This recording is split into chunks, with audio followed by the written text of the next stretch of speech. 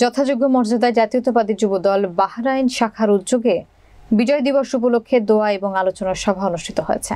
বিস্তারিত দেখুন বাহরাইন থেকে সুকান্ত দেবের প্রতিবেদনে। সোমবার দুপুর রাজধানী মানামার হোটেল ইন্টারন্যাশনাল বাহরাইন ব্যাংকুয়েট হলরুমে কোরআন তেলাওয়াতের মধ্য দিয়ে তৃণমূল নেতৃবৃন্দ স্বতঃস্ফূর্তভাবে অংশগ্রহণ করেন এই সভায়। তৃণমূল নেতৃবৃন্দ স্বতঃস্ফূর্তভাবে অংশগ্রহণে অনুষ্ঠিত এই সভায় লিমন আহমেদের যৌথ সঞ্চালনায় সভাপতিত্ব করেন বাহরাইন জাতীয়তাবাদী যুবদলের সভাপতি মোস্তাক আহমেদ। এতে শুভেচ্ছা বক্তব্য রাখেন যুবদল নেতা হারিজ খলিফা।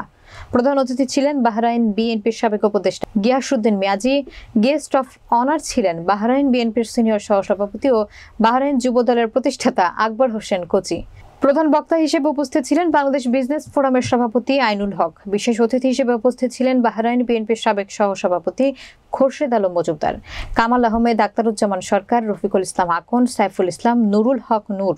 এছাড়া বাহরাইন যুবদলের নেতাদের মধ্যে উপস্থিত ছিলেন কাজী সালমান আমির হোসেন, শাহনেওয়াজ, ফোরকান আহমেদ, শাখাওয়াত হোসেন, শাহাদাত হোসেন, মহসিন আলিম, আহমেদ শাহ, ফরহাদ সরকার, আমির হামজা, মামুন, বুদাইয়া বাণী জুমরা শাখা থেকে দেলোয়ার কবির, ইমরান সহ আরো অনেকে।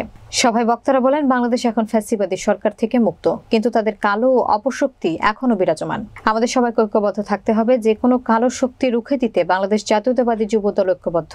71 সালে মুক্তিযুদ্ধের শহীদ ও 5 আগস্ট ছাত্র আন্দোলনে নিহতদের আত্মার মাগফিরাত কামনা করে ও জিয়াউর রহমানের আত্মার শান্তি ও বেগম খালেদা জিয়ার রোগ মুক্তি কামনা করেন।